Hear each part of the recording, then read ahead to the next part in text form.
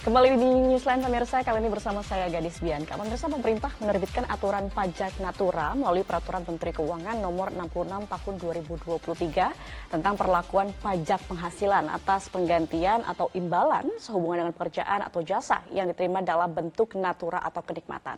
Nah, secara sederhana pemirsa, pajak natura merupakan pajak yang diberlakukan atas barang ataupun fasilitas yang diterima karyawan yang tidak berupa uang.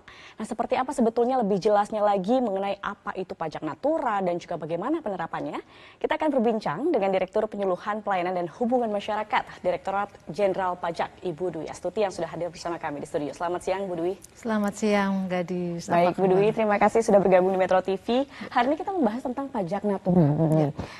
Masih banyak masyarakat yang sepertinya belum tahu apa sih itu pajak natura dan kenikmatan. Bisa dijelaskan terlebih dahulu terkait natura dan kenikmatan ini?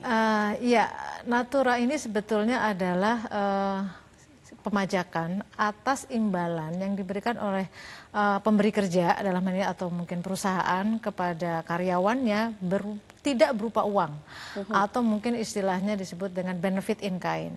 Jadi kalau seseorang melakukan pekerjaan kemudian dia mendapatkan imbalan dalam bentuk benda, itu disebut dengan natura. Nah, adapun yang disebut dengan kenikmatan itu adalah kalau imbalan yang diterimanya berupa fasilitas. Misalnya ada fasilitas kendaraan, fasilitas rumah, atau fasilitas misalnya keanggotaan dalam sport club gitu ya. Nah, inilah yang disebut dengan natura atau kenikmatan. Oke, nah setelah kita mengetahui definisi dari natura dan kenikmatan itu sendiri, sebetulnya bagaimana perlakuan pajak terhadap natura dan kenikmatan ini? Siapa yang membayarnya? Perusahaan atau karyawan wajib pajak? Ya, dalam hal ini kalau ditanya siapa yang membayarnya, maka tentunya adalah wajib pajak atau dalam hal ini penerimanya. Tetapi mungkin yang perlu ditekankan adalah bahwa pengenaan pajak atas natura atau kenikmatan ini sebetulnya bukan hal yang baru. Artinya yang diatur dalam PMK 66 ini atau Keputusan Menteri Keuangan Nomor 66 ini bukan hal yang baru. Karena sebelumnya juga memang sudah ada juga gitu yang mengatur. Tetapi memang sistem pemungutannya atau prinsip pemajakannya yang agak berubah dikembalikan kepada memang by nature-nya dari sistem pengenaan pajak terhadap natura atau fasilitas ini yang kita sebut dengan taxable deductible gitu. Artinya di pemberi kerja atau di perusahaan ini boleh dibiayakan yang nantinya akan mengurangi penghasilan kena pajaknya, tapi di sisi penerima atau dalam hal ini karyawan itu juga dikenakan pajak. Gitu. Nah, kalau kita lihat dari akhirnya pemberlakuan natura ini banyak yang beranggapan ini akan berimbas pada pembayaran PPh seorang wajib pajak tentunya ya. Lalu bagaimana ini tanggapan dari Direktorat Jenderal Pajak sendiri karena banyak anggapan bahwa ini sebenarnya merugikan. Nah, ini mungkin anggapan yang perlu saya luruskan pada hari ini. Jadi justru sebaliknya, karena dengan perlakuan pajak yang baru ini justru ini lebih memberikan keadilan sebetulnya bagi pemberi dalam hal ini perusahaan maupun bagi pembayar pajaknya dalam hal ini karyawan. Artinya ini lebih memberikan keadilan, memberikan kepastian hukum gitu. Dan juga ini malah mendorong perusahaan untuk lebih banyak memberikan fasilitas kepada pegawainya. Kenapa saya bilang lebih adil, lebih memberi kepastian hukum atau bahkan mendorong perusahaan untuk memberikan kesejahteraan pada karyawannya. Nah, tadi dengan yang saya katakan prinsip taxable deductible tadi, dari sisi perusahaan berapapun yang dia keluarkan untuk memberikan natura ataupun fasilitas ini boleh dibiayakan.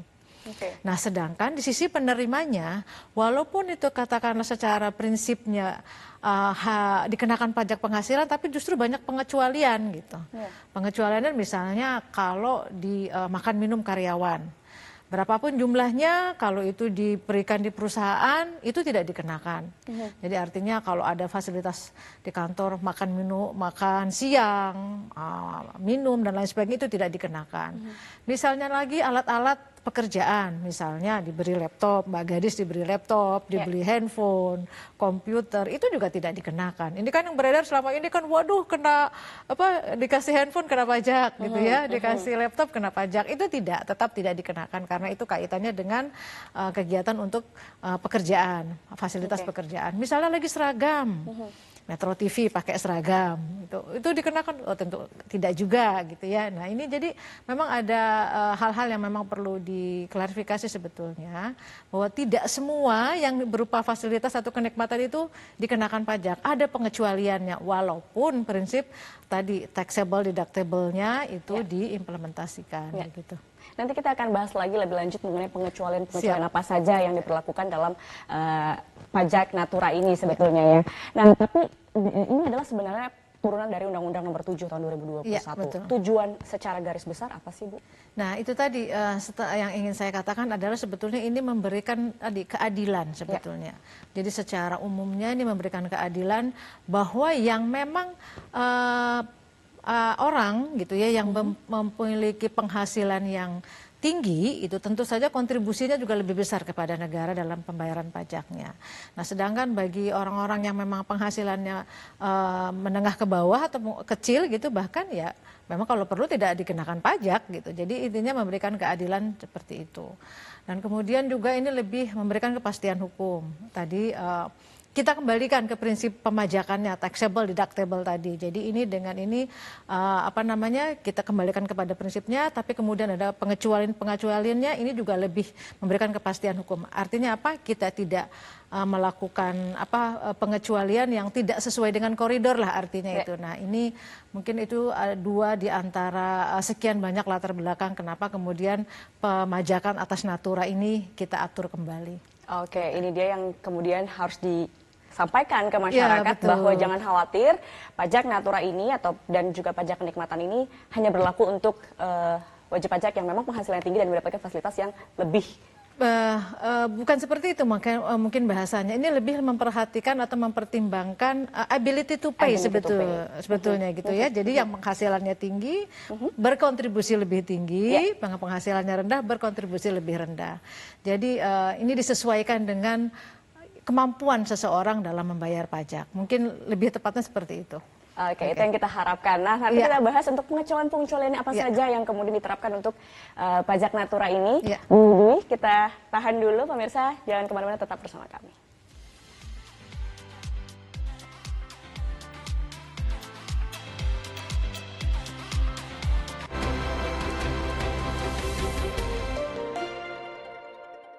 Didukung oleh pertanyaan terakhir, NPWP bisa diganti dengan? Jika Anda bingung, saya akan menghilangkan dua jawaban yang salah. C, NIK. Anda yakin? Jawabannya adalah benar! NIK sebagai NPWP untuk Satu Data Indonesia.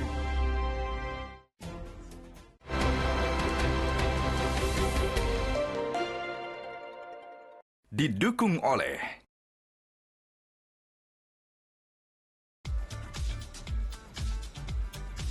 Terima kasih pemirsa, dan masih bersama kami di Newsline dan masih bersama Bu Dwi Astuti. Kita masih membahas mengenai pajak natura.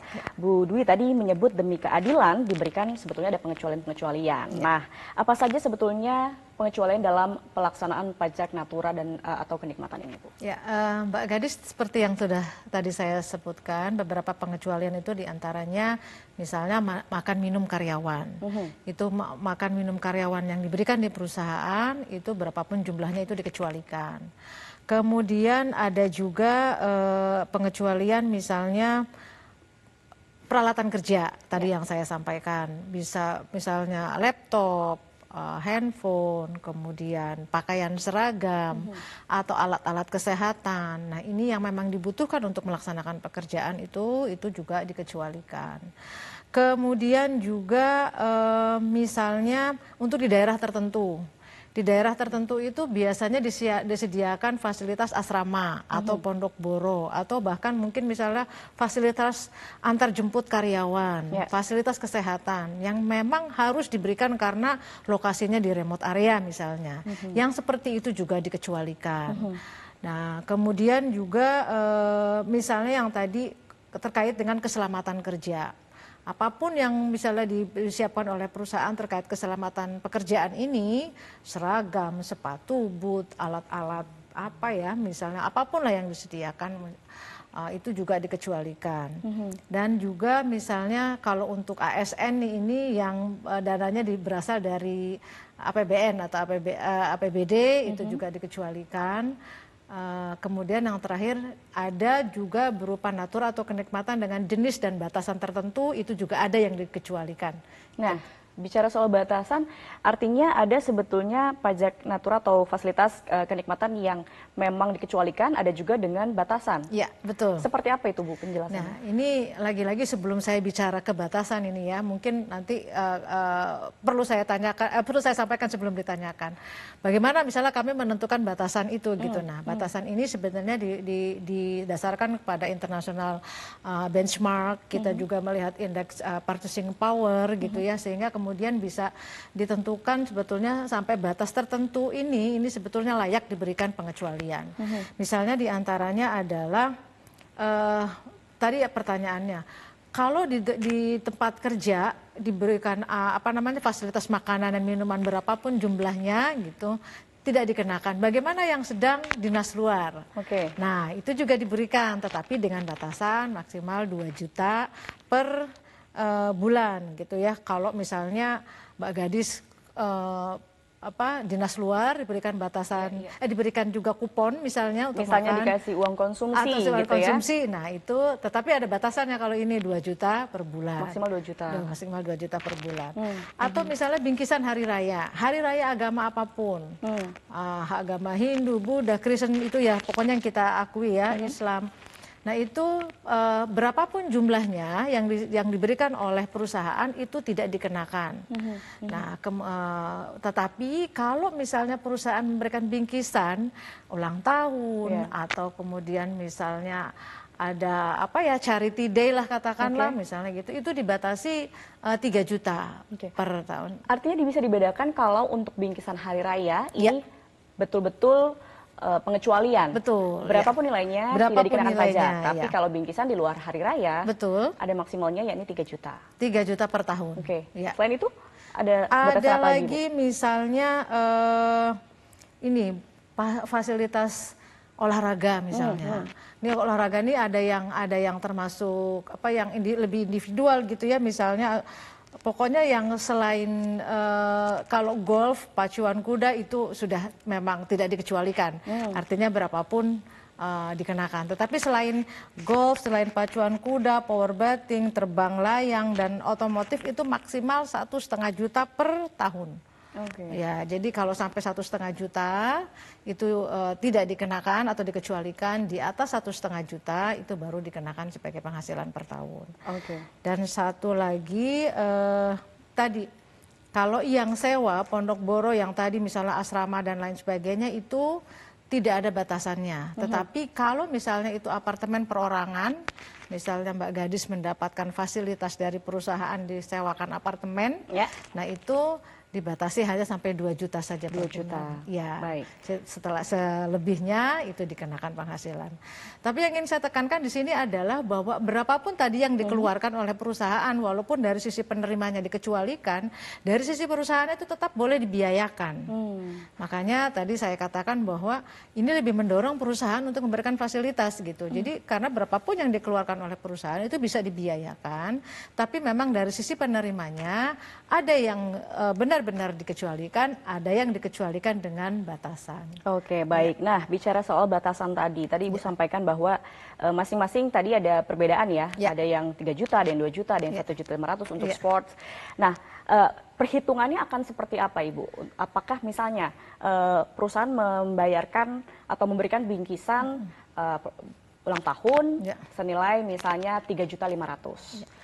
Artinya kan yang menjadi batasan adalah 3 juta. 3 juta. Nah, 500.000-nya itu akan seperti apa perhitungannya? Nah, 500 itulah yang nanti akan dikenakan pajak. Yang menjadi basis pembayaran pajaknya itu hanya 500.000 tadi. Bukan dari 3,5. Jadi dikurangkan dulu 3 juta 500.000-nya lah yang akan dikenakan pajak. Oke. Nah, 500.000 ini nanti akan diakumulasi dalam setahun. Betul. Dengan pajak-pajak lainnya atau jadi kalau misalnya tadi Selain misalnya mendapatkan fasilitas tadi bingkisan ulang tahun, ada juga misalnya tadi fasilitas olahraga besar 5 juta gitu ya. Nah dikurangkan dulu 1,5, yang dikenakan 3,5 juta tadi plus 500 juta jadi 4 juta. 4 juta ini kemudian ditambahkan dengan gaji yang bisa diterima atau honor-honor lain. Nah baru kemudian dikalikan tarif progresif yang diatur di pasal 17. Jadi sebetulnya ini ringan sekali juga gitu, tidak terlalu maksud saya tidak besar sekali juga, karena ini juga akan tetap digunggung dalam tanda kutip atau ditambahkan dengan penghasilan yang berupa gaji di akhir tahun yang nanti dilaporkan. Baik, artinya itu yang semua diakumulasi dalam 1 tahun dan dilaporkan dalam Ya, SPT begitu ya. betul. Baik, Bu Dwi, kita akan masih berbincang lagi mengenai pajak natura usai jeda pemirsa, jangan kemana-mana, tetap bersama kami.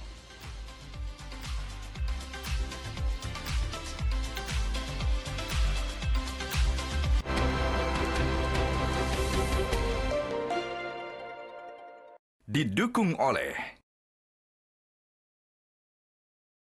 Pertanyaan terakhir, NPWP bisa diganti dengan...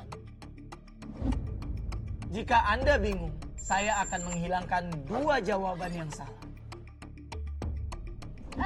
C. NIK. Anda yakin? Jawabannya adalah... benar!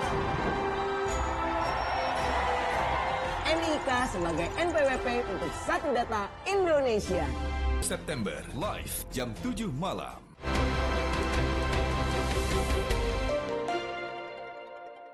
Didukung oleh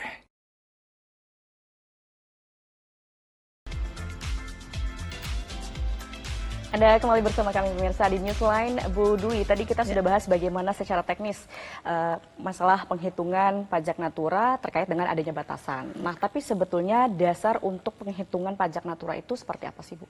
Ya, karena memang yang diterimanya ini dalam bentuk benda atau fasilitas, maka kemudian untuk menentukan berapa sih besarnya yang dikenakan pajak itu didasarkan kepada nilai pasar atau berapa sih imbalan yang seharusnya diterima. Misalnya kalau berupa fasilitas apartemen gitu ya. Nah, apartemen kan mungkin nggak mungkin kalau misalnya apartemen 2 bedroom harganya cuma 500 juta gitu kan. Nah itu maka yang kita lihat adalah nilai pasar gitu. Terus kalau misalnya intinya adalah kita melihat ingin juga memberikan keadilan, tidak semena-mena juga, maka menentukannya adalah dengan melihat berapa sih harga pasarnya atau berapa sih imbalan yang seharusnya diterima itu sesuai dengan kelaziman yang berlaku. Oke, dasarnya adalah sebenarnya bagaimana nilai pasar ya. Iya, betul. Baik. Seperti kita ketahui ketentuan PPh dalam Undang-Undang HPP berlaku sejak tahun 2022. Nah, lalu bagaimana dengan pajak natura ini? Kapan mulai diberlakukannya? Jadi PMK mengenai natura ini itu memang baru dikeluarkan bulan Juli tahun 2022, tahun pajak 2022 keberlakuannya. Atau mungkin lebih mudahnya saya wrap up lagi seperti ini. PMK ini dikeluarkan bulan Juli 2023 yang diberlakukan untuk tahun pajak 2022. Artinya ini baru bisa diimplementasikan untuk tahun pajak 2022, tetapi hanya untuk sisi pemberi kerjanya, dalam artian bahwa yang dikeluarkan di tahun untuk tahun pajak 2022 itu boleh dibiayakan oleh pemberi kerjanya, tetapi oleh penerimanya, oleh karyawannya itu belum terhutang sebagai yang harus dikenakan pajak, intinya masih diberikan pembebasan. Tetapi untuk yang di tahun pajak 2023 ini sudah sepenuhnya berlaku. Tetapi karena ini baru bulan Juli keluarnya, jadi perusahaan baru punya kewajiban untuk melakukan pemotongan itu mulai Juli 2023. Nah, bagaimana dengan Januari sampai dengan Juni? Nah, itu kalau memang ada yang harus dikenakan natura, maka kemudian penerima atau dalam hal ini karyawan itu membayar sendiri, dihitung sendiri nanti pada saat menyampaikan SPT tahunan di tahun 2024. Artinya akan ada perubahan dalam skema pelaporan SPT tahun 2024 dengan adanya pemberlakuan dan perubahan yang terjadi? Sebetulnya kalau skema pelaporan tidak, tetap saja pakai e-filing gitu ya untuk orang pribadi untuk lebih mudahnya. Tetapi mungkin penghitungannya itu akan menjadi bertambah kalau DPP-nya ya, maksudnya penghasilan kena pajaknya akan bertambah kalau memang karyawan yang bersangkutan itu menerima imbalan dalam bentuk natura atau fasilitas tadi. Gitu. Nah, itu yang mungkin akan menambah jumlah pajak yang harus dibayar. Tetapi kalau tidak ya tidak ada gitu. Kalau skema pelaporannya masih sama dengan baik. itu. Baik, artinya masih kalau untuk di tahun 2023 pelaporan 2024 ada sebagian yang sebelum bulan Juli itu dihitung secara mandiri. Iya, secara mandiri. Baik. Nah, nanti kedepannya akan seperti apa untuk pelaporannya dan hitungannya? Ya, itu nanti akan oleh pemberi kerja, akan langsung diperhitungkan kepada unsur gaji yang diterima setiap bulan oleh karyawannya, nanti dihitungnya oleh pemberi kerjanya, oleh perusahaannya. Oke, baik. Ada pesan-pesan dari Ibu untuk masyarakat terkait mulai berlakunya pajak Natura ini? Silahkan. Ya. Mungkin yang ingin saya sampaikan adalah bahwa masyarakat tidak perlu khawatir, teman-teman tidak perlu khawatir sekali lagi bahwa pengenaan pajak Natura ini memang lebih untuk mencerminkan keadilan antara karyawan yang memang memiliki penghasilan yang tinggi dengan yang menengah ke bawah. Dan sebenarnya ini lebih ditujukan kepada pemerintah ingin mendorong kepada para pelaku usaha atau pemberi kerja lebih banyak memberikan fasilitas kepada para karyawannya. Karena apa? Karena itu tadi bahwa semua pengeluaran yang ditujukan untuk pemberian natura atau fasilitas itu sekarang boleh dibiayakan, yang tadinya tidak boleh dibiayakan. Nah, sehingga dengan ini diharapkan ini lebih memberikan insentif atau lebih mendorong perusahaan untuk memberikan fasilitas, memberikan insentif-insentif untuk karyawannya. Dan sekali lagi tidak perlu khawatir fasilitas kerja yang misalnya tadi berupa laptop, handphone atau apapun bentuknya yang memang digunakan untuk kepentingan pekerjaan itu tidak dikenakan, dikecualikan dari pengenaan pajak Natura. Nah, itu mungkin yang bisa saya sampaikan. Jadi mudah-mudahan ini bisa lebih memberikan penjelasan ya kepada para karyawan atau pada masyarakat pada umumnya. Baik, terima kasih Ibu Dwi Astuti, Direktur Penyuluhan Pelayanan dan Hubungan Masyarakat, Direktorat Jenderal Pajak Kementerian Keuangan sudah bergabung bersama kami di Metro TV. Terima kasih. Baik, dan pemirsa dengan selesainya perbincangan kami kali ini telah selesai sudah. Newsline kali ini pemirsa, saya Gadis Bianca mengucapkan terima kasih atas kebersamaan Anda. Saya pamit undur diri, selamat siang, sampai jumpa.